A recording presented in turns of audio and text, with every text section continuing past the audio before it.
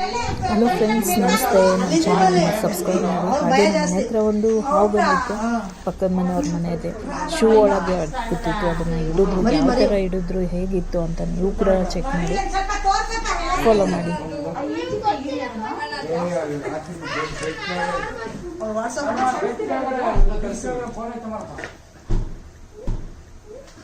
ಯಾರು ಓನರು?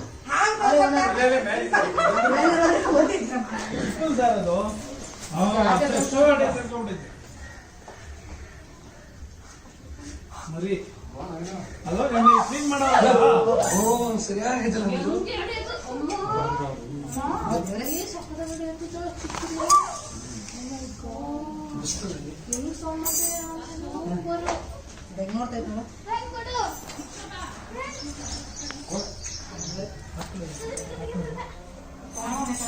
ಸರಿಯಾಗಿದೆ.